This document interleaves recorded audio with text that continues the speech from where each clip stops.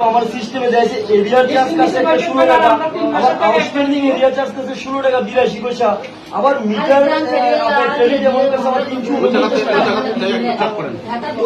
ওই জায়গায় তো চেক ক্লাস আমরা রেখে লিখেছিলাম, আবার ওই জায়গাতে দেখ কেন আছেন আপনারা এখানে? আমরা বুঝতে বুঝতে লিখেছি আমরা আজকে 7 দিন আমরা হয়রানি হচ্ছি। আমরা ওইখানে নিউজ উপরে একবার কইছি আমরা নিচে বাড়াইছি, নিচে পয়সা আমাদের গরিব মানুষের পয়সা। আপনি লিখেছি আমি ওইখানে গিয়ে আপনারা এখানে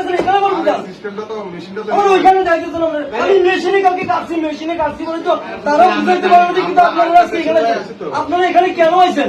আমাদেরকে বুঝানোর জন্য আইছেন আজকে এখানে।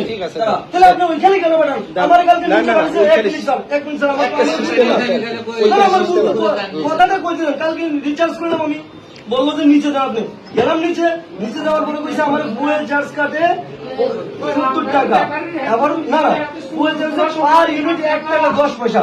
এটা কি 1 টাকা পাবো না? এই মাসে যাবে মানে এটা অগাস্ট মাস, অগাস্ট মাসে যাবে আমার এটা কাটবো সেপ্টেম্বর মাসে। কেন আমি মিটার আজকে রিচার্জ করছি, আমার যা সব কাইটটা আমার যা দিব তাই আমি পাবো।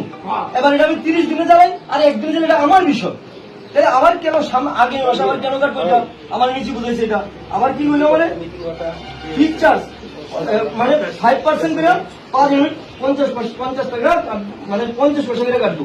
তাহলে 50 পয়সা যদি এতই কাটে সামনের মাসে, তাহলে আমি যে রিচার্জ করলাম আমার এটা প্রিপেড হইলো, প্রিপেড হলে আমি 500 টাকা রিচার্জ করলাম, 5 ইউনিট পাই আর 10 ইউনিট পাই, এটা আমার বিষয়। আমি একদিনে জ্বালাই, 1 মাসে জ্বালাই, 6 মাসে জ্বালাই, এটা আমার বিষয়। তাহলে আমার সামনের মাসে কেন করবো? এখানে আমার দুইবার চার্জ করছে, একবার এরিয়া চার্জ 16 টাকা, আবার 16 টাকা 82 পয়সা, দুইবার হলে চার্জ একই চার্জ।